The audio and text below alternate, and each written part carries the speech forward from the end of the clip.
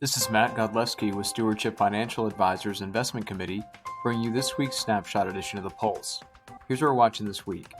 Stocks trade mixed, with bond yields reaching new highs as the vaccination push is well ahead of schedule, boosting reopening prospects, and volatility is likely to remain elevated. Equity markets lack direction this week as the ongoing shift to higher yields offset optimism on the economic front and encouraging words from the Fed. Vaccines are rolling out on pace to hopefully reach herd immunity sooner than anticipated and have life return to some sense of normalcy. The Fed this week reiterated its position on rates and inflation, suggesting that no rate hikes would be seen for the foreseeable future, as they allow the economy to run hot and expect the upcoming inflation spike to be short-lived. On the economic front, manufacturing indices around the country are showing signs of a robust acceleration as orders climb and hiring is picking up. Meanwhile, consumers flush with cash will put pressure on retailers in short order, as a confident public is set to splurge on revenge spending from pent-up demand, with expectations for the strongest consumer spending in many decades ahead.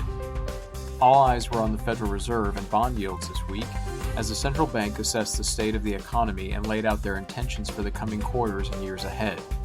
The Fed continues to remain on hold with expectations for raising interest rates, as the significant scarring seen from the pandemic will take some time to heal. Unemployment levels are still almost double what they were leading into the crisis, and those figures do not take into account the millions of workers who have left the workforce altogether. The Fed is intent on supporting the labor economy and bringing back those workers from the sidelines, leading Chair Powell to state that the Fed is not even thinking about raising interest rates. The Fed now finds itself in a difficult position of acknowledging the brighter outlook from a strong rebound and continuing to insist that policy stay loose. One of their guidance measures released Wednesday, the dot plot, showed rates were expected to rise modestly through 2023, with much to be accomplished before the Fed begins tightening policy. More importantly, the Fed has expressed their willingness to let inflation climb above their 2% target for some time to offset years of lower inflation. It does appear that at this time, any potential for the central bank to increase their bond purchases or attempt to suppress longer-term rates as they did in Operation Twist in the previous cycle is looking very unlikely. Yield curve control, whereby they engage in manipulating bond markets to support financial conditions, also appears off the table for now. We continue to remain pro-risk across portfolios, but expect significant volatility ahead as markets digest record amounts of stimulus, bond yield swings, and a change in leadership within indices. As discussed previously, rising yields will continue to put pressure on certain segments of the stock market, such as technology and growth stocks, while other areas benefit from this environment.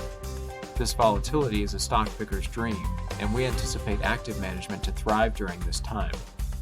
We also see the sell-off in bonds as a potential window of opportunity for fixed income investors, as these higher yields could be providing an opportunity to lock in higher rates, with our expectation that rates will remain range-bound between 1.5% to 2% on the 10-year Treasury. In volatile markets such as these, we believe investors will be rewarded for patience and for keeping the long-term perspective in mind. Thanks for watching, and check out our website to read the full version of The Pulse for more details.